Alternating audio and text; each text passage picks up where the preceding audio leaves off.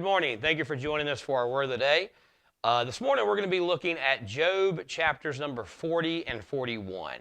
And if you remember, yesterday we looked at the chapters where God shows up after Job has spent many chapters defending himself and accusing God of treating him unfairly. And Job's friends have spent several chapters accusing Job of being some unknown sinner, and since God judges sin and Job's being judged, then surely Job must be a sinner. And in what they're doing, it seems like they're accusing Job, but they're actually also accusing God just as bad as Job is. And then, of course, Elihu shows up, and he begins to rebuke both of them, and he kind of defends God and God's glory. And then God shows up, and he starts rebuking Job. And he basically uses nature and he uses creation to rebuke Job by saying, look at how creation is. Look at the stars. Look at, the forces of gravity. Look at all the animals that I have created and I control. You can't do any of that, and so who are you to question me? And then in chapter 40, we get another response from Job. He's going to respond again in chapter 42, but right now he kind of answers. And look how Job responds in chapter 40, starting in verse number 3. Then Job answered the Lord and said, Behold, I am vile. What shall I answer thee? I will lay my hand upon my mouth. Once I have spoken, but I will not answer. Yea, twice, but I will proceed no further. See, Job realizes his mistake. He realizes his faulty reasoning in accusing God or demanding an audience with God. And so Job answers and he says, look, I'm wrong in accusing you. I never should have done that. You are God. You are holy. You are righteous. You are just. I'm vile.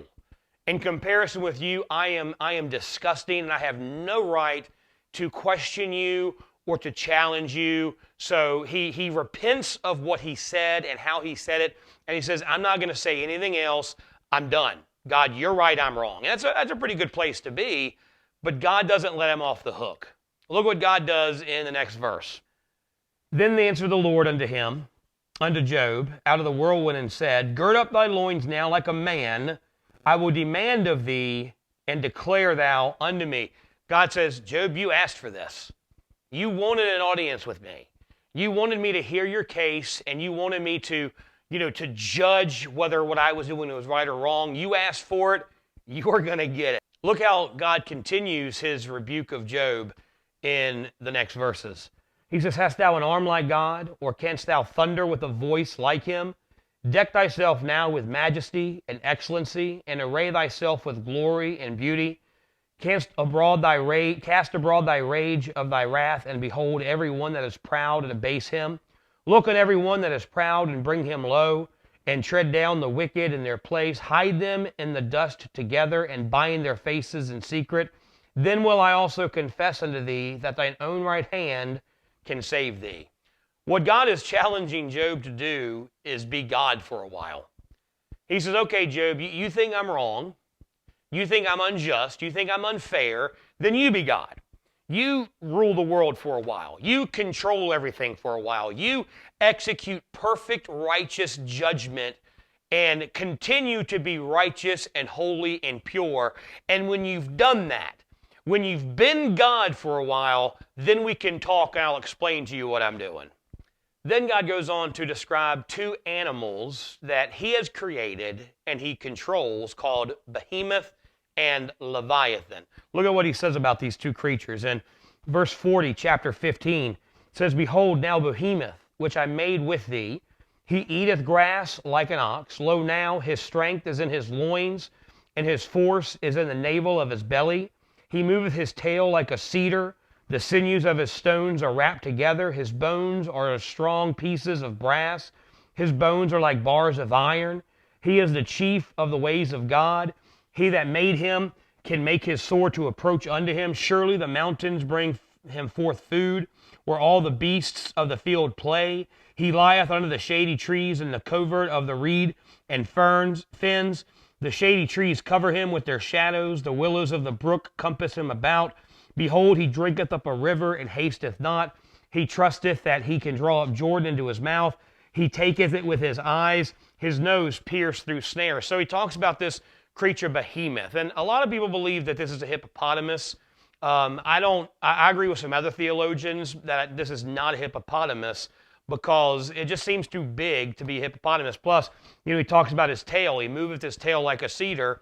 Hippopotamuses don't have great big tails like a cedar. Their tails are real small and they just kind of use them to swat flies away. But they don't have this massive, huge tail. I believe, along with a lot of other theologians, that this is a dinosaur.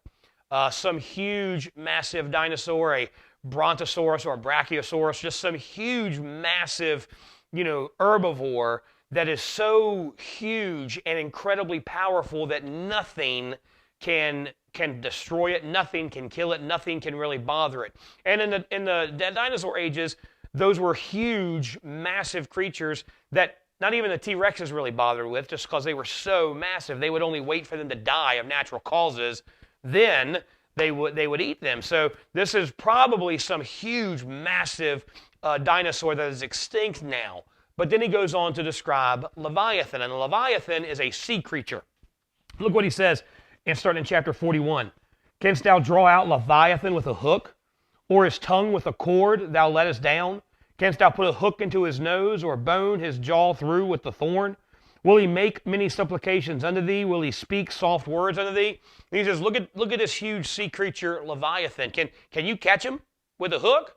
Can you kill him with a spear? This is a creature that man cannot control. And he keeps explaining him and describing him. In verse 19, it says, out of his mouth go burning lamps, and sparks of fire leap out. Out of his nostril goes smoke, as out of a seething pot or cauldron. His breath kindleth coals, and a flame goeth out of his mouth. Again, there's some theologians that believe he's describing a crocodile. But again, the description God gives of Leviathan doesn't really describe a crocodile. I mean, once again, it's too huge to control. Yes, people can catch and kill crocodiles, and they do all the time. They can spear them, they can hook them, and even now they shoot them. But back in Job's day, they could catch a crocodile and kill it and eat it and skin it and use its hide. And he goes on to talk about the scales of Leviathan and how they can't be pierced and how no man can control him. And then again in verses 19 through 21, he talks about Leviathan breathing fire. So this is probably another type of dinosaur, or even possibly a fire-breathing dragon. You say, Pastor, fire-breathing dragons existed? Well, according to the Bible, they did. And, they talk about in Revelation this great sea creature breathing fire coming up out of the sea, and this great land creature coming, and it could be Leviathan and Behemoth returning. But, it doesn't really matter what these things are. It doesn't matter if they're hippopotamuses or crocodiles. Doesn't matter if it's a land dinosaur or a sea dinosaur. Doesn't matter if it's a fire-breathing dragon. What matters here is God is naming two incredible creatures that he created and he controls, and man can do nothing with. Man can't control them. Even if it is a hippopotamus. Hippopotamuses, after mosquitoes, are the deadliest creature on the planet. They kill more people than lions and tigers and bears, oh my, combined. They are a very deadly creature. But Behemoth was a massive, deadly creature that man couldn't do anything with. That you still can't tame hippopotamuses. You can put them in a zoo, but you can't, tame them and domesticate them. They're wild creatures that are very dangerous. Crocodiles, you can catch it and put it in a zoo, but you can't, domesticate it and make it a pet. It's a dangerous creature. So it doesn't matter if they're hippos and crocs or if they're dinosaurs or fire-breathing dragons. What the point is God is able to create something so powerful, so incredible, that no man can control them, no man can kill them, no man can tame them, but God can. And if God can do that, who are we to question God? Who are we to try to control God? We can't even control God's creation. So what makes us think that we can control God himself? And that's what Job was trying to do. He was trying to control God. He was telling God, look, I'm a good person. I do good things. I fear you. I respect you. I honor you. I, offer sacrifices to you. I do good deeds. I'm not a bad person, so you owe me blessing. And God is telling Job, and God is telling us, he doesn't owe us anything. He owns us. We are God's creation. And so God doesn't owe us blessing for good behavior. God doesn't owe us an explanation for when things go wrong. What Job chapter 40 and 41 are telling us is God is in control. God does what God needs to do for our good and for God's glory. And it's not our responsibility to question him or to try to control him because we can't. Our job as part of his creation is to simply trust him. Thank you so much for joining us this morning for our Word of the Day. Hope you have a blessed day on this Friday, and hope you have a wonderful day Sunday worshiping the Lord and spending time with God's people. Love you.